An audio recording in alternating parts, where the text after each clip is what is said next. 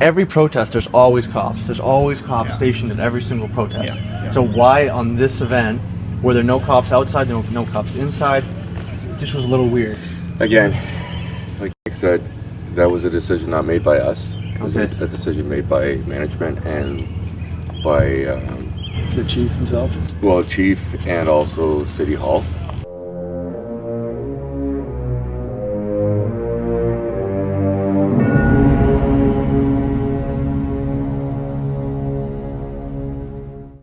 Jenn Smith is a transgender man and a public speaker who is critical of the SOGI curriculum in BC public schools.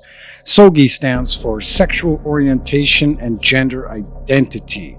Like many others, Jenn Smith is concerned that SOGI is pushing a pseudoscientific transgender ideology onto young, impressionable children. To give you an idea, the program starts in kindergarten, where it begins to introduce various sexual concepts to the children. This raises ethical concerns over the sexualization of children and how the facets of SOGI curriculum may in fact encourage some children to become transgender.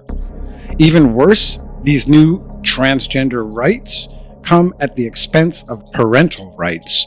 And culturally, this is getting pretty creepy when media outlets like Netflix are trying to force feed us drag kids. To highlight these issues, in May 2019, Jenn Smith organized a speaking tour of Vancouver Island entitled The Erosion of Freedom. The announcement of Smith's speaking tour was immediately met with anger and hatred from the LGBT activist mob, who vowed to shut down the event by any means necessary. For the Victoria portion of Jenn's tour, a counter-protest was organized by school board trustee Ryan Painter, who labeled Jenn's presentation hate speech. Now, there is a speaker coming to town, his name is Jenn Smith, who doesn't like this idea. Oak Bay's Mayor Kevin Murdoch says that this speech is free speech and has to be respected. My guest is Ryan Painter. He's a school board trustee with the Greater Victoria School Board.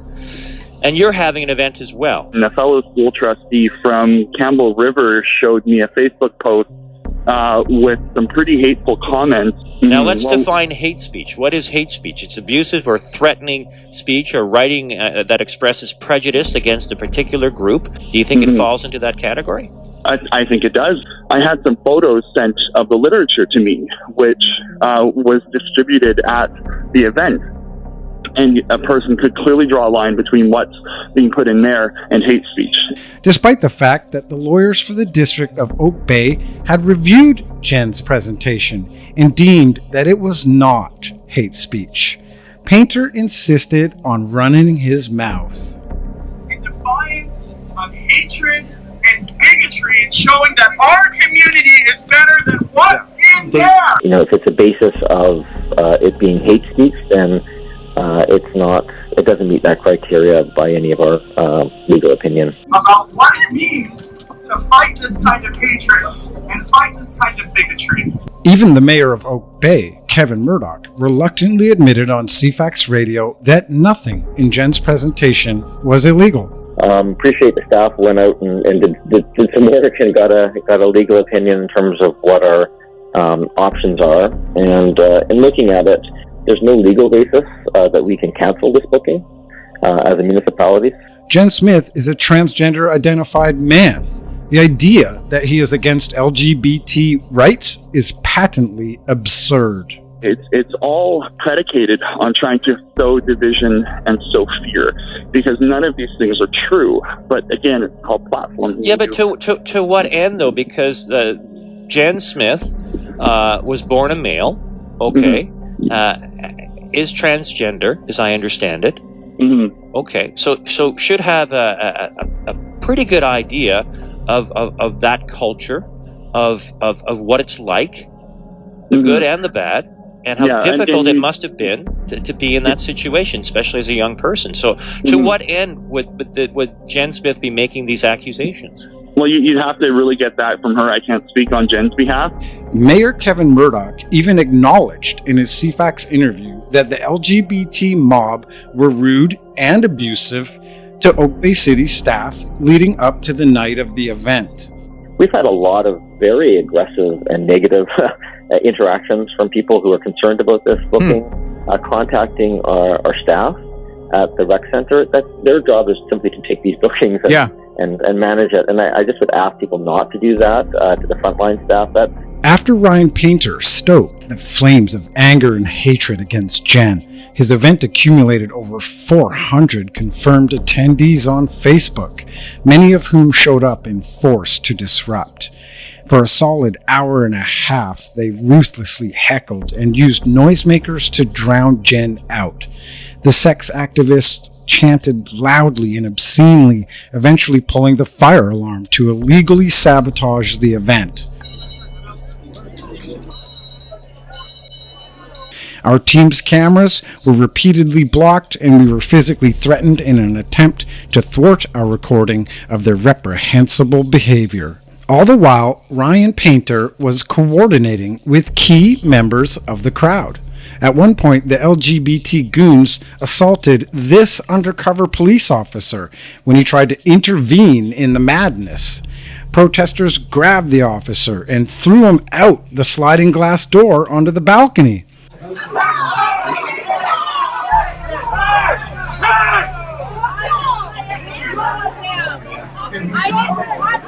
But the protesters can't be held entirely to blame for all of this. At every significant protest, there are always uniformed police, especially when it's a counter-protest with over 400 confirmed attendees.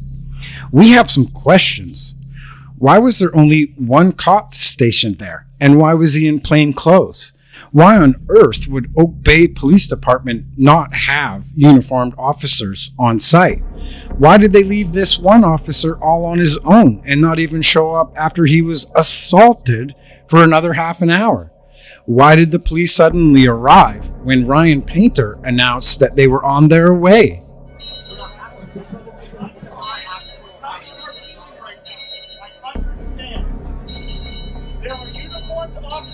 On the way. This whole thing is done. It is done. When the police finally did show up, people in the audience were quick to question the cops over their lack of presence. Where have you been? Where have you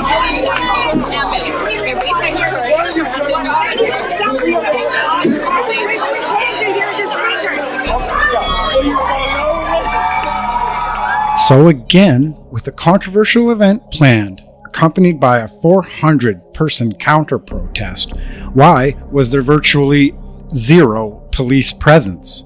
Why did the Oak Bay Police Department leave this officer all alone in plain clothes, risking the potential for an assault on a police officer? And why were there no charges pressed? A Freedom Free for All viewer decided to go question Oak Bay Police about these strange coincidences. So why was that allowed to happen? And why there was one harassed looking municipal employee and no uniformed police officers, despite the fact that there were threats online, posted threats, and they were saying that, and they pulled the fire alarm. That's illegal.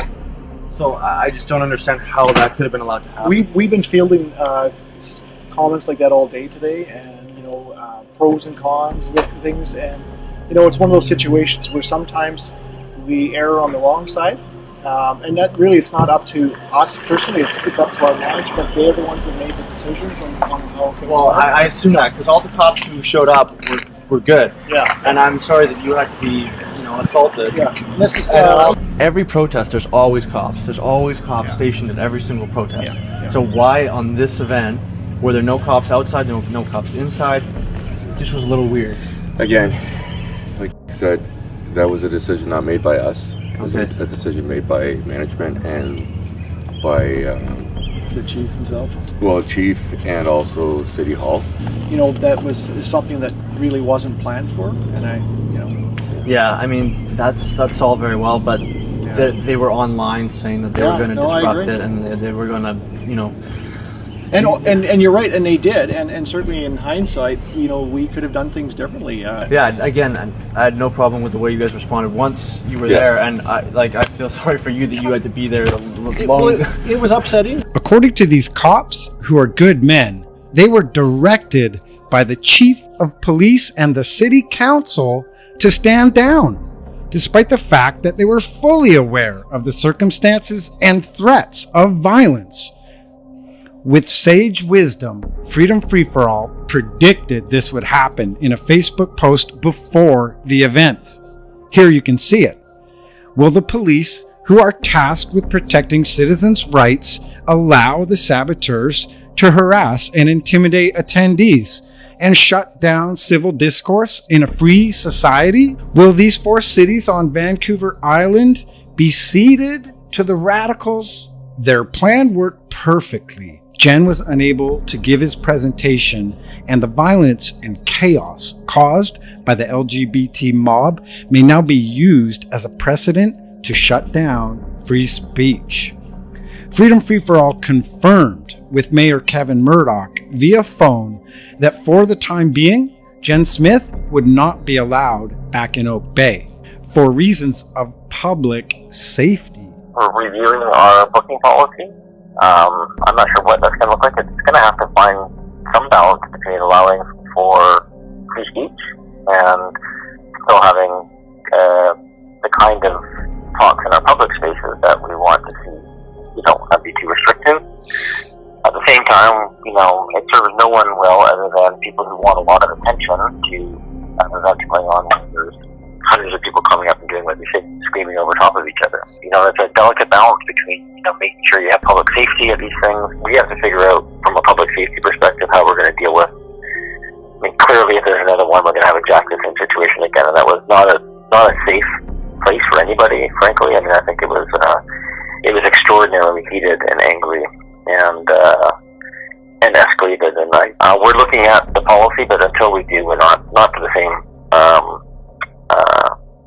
Not to either side of that debate, I think, probably right now, but certainly we've not to that, not to the organizers, not to the immediate near future. We have to figure out from a public safety perspective how we're going to deal with issues like this. We're not going to just rebook it again and then, we're still figuring that out. But it was the LGBT mob that caused the safety breach.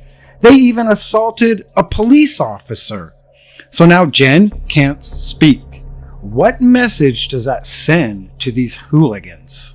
Jenn, thanks for sharing your time with us today. Can you speak about how the mayor of Oak Bay and the other players in Victoria and across BC are using this idea of public safety as a pretext to change access to free speech and public venues? And the irony, of course, is at the event you held in Victoria, it was actually you whose safety was most in danger. Right, yeah, so this is shaping up to be a significant problem. So, you're kind of right there that I was the one who was in danger. I was the one who was let off the property with police escort, not because I was a criminal, but because they were worried about my safety, right? Morgan Auger, who was there, and Ryan Painter, they weren't let off the property for their safety. That was me, right?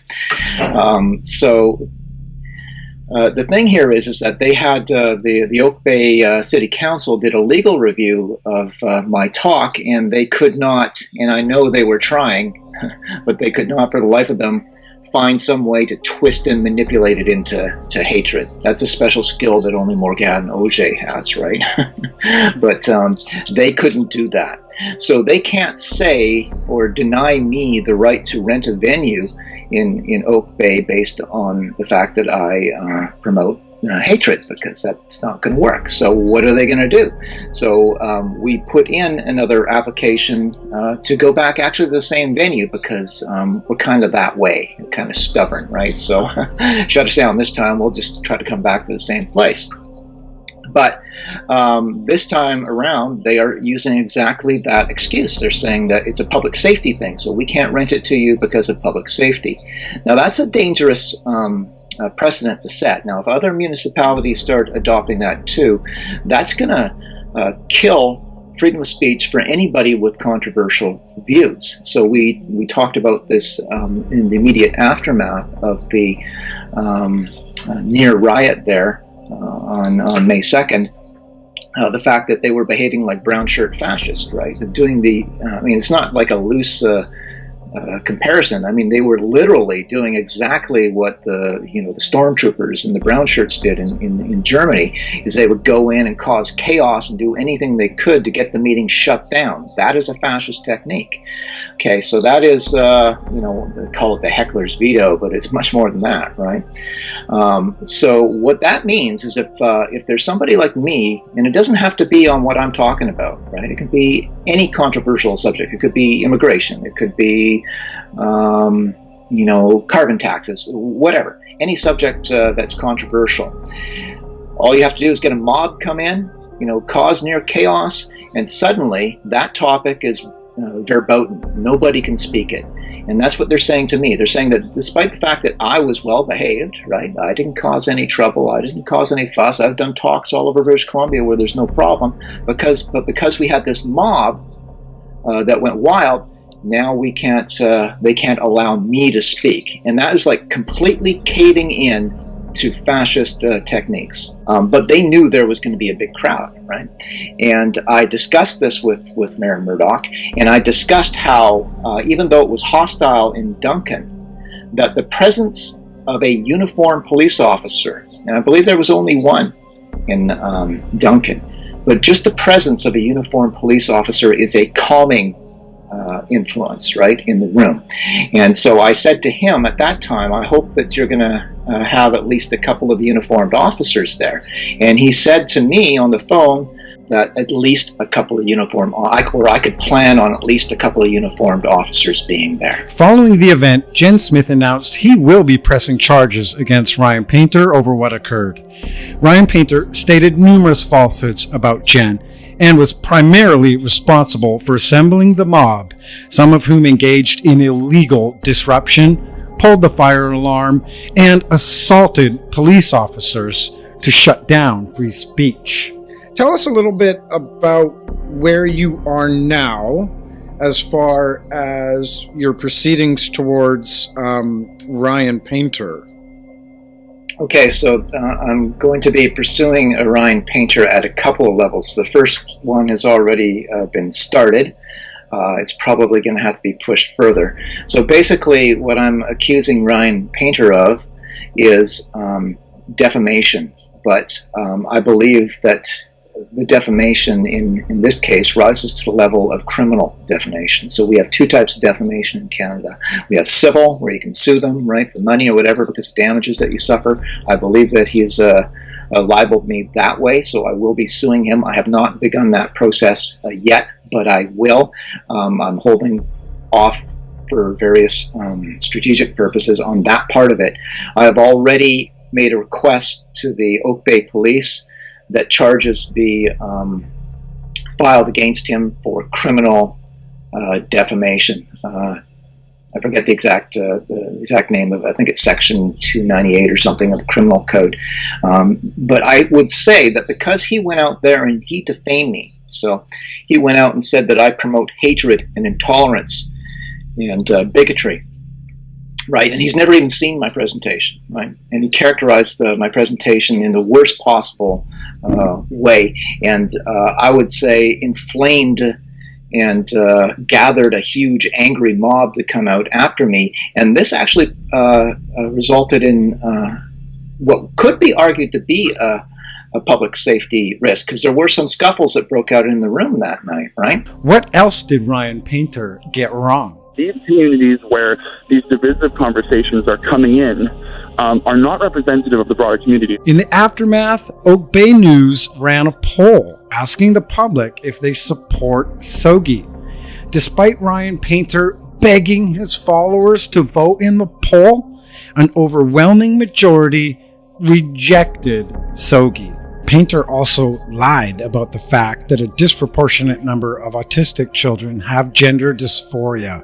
Okay, well, Smith is not in agreement with SOGI 123, and he says it's particularly autistic children, as an example, he says, could be more impressionable to take on these thoughts and to actually think, okay, maybe I am a girl trapped in a boy's body, or maybe I am a boy trapped in a girl's body. And he says they're too impressionable for this talk. It's too, what's the word I'm looking for? This is what's the word I'm looking for? I guess impressionable is what I'm looking for. And that's the contention Jenn Smith has. And what this is, Mark, is this is called platforming. And it's basically where you take your issue and you try to put it on top of something else to make it seem more severe than it actually is.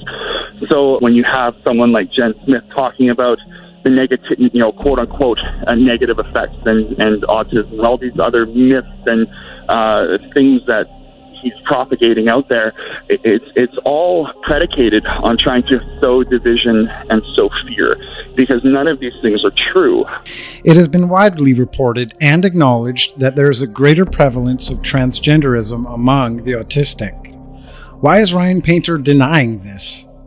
Could it be that the SOGI enthusiasts are taking advantage of the vulnerability of disabled youth in state custody? And what about the hormone blockers that are being pushed on children? My primary thing has been that there's so many vulnerable children who are falling for this, and then they're going on to these drugs like Lupron, which is highly toxic, right? Yeah. It causes all kinds of bone issues and stuff, and it's used to chemically castrate sex offenders. So, yeah, I'm saying I don't want kids being put on, or anything done that might put vulnerable kids on a path that leads to these toxic drugs, right? Shame on the church groups who are participating in this agenda. Also, listen to the PR buzzwords they use to sell this agenda. They constantly remind us that SOGI is just a resource. To frame it like if we got rid of it, we would be taking away someone's resources. So let me get really clear about what SOGI 123 is. It is a resource in our schools that's used to help students. You're in this room tonight and supporting this. You're supporting the removal of those resources, not a curriculum. Nothing's being taught. But it is in fact part of the public school curriculum. So who censored Jenn Smith? After Jenn posted footage of the madness that ensued, the LGBT mob tried to get it censored from the internet. So obviously there's them, the disruptors. But there were at least 5 politicians in attendance according to Facebook. Victoria Councillor Sarah Potts, NDP Vice President Morgane Oger, Randall Garrison, NDP MLA, School District Electee Ryan Painter, and Victoria City Councillor Ben Isett, who is also a member of Lisa Helps's shadowy city family. Did they put political pressure on the District of Oak Bay to shut down the event? Or was it the ARC Foundation, the private foundation that is behind the SOGI 123 resource? Perhaps the Morgane Oger Foundation is also involved. Maybe we'll find out when Ryan Painter testifies under oath.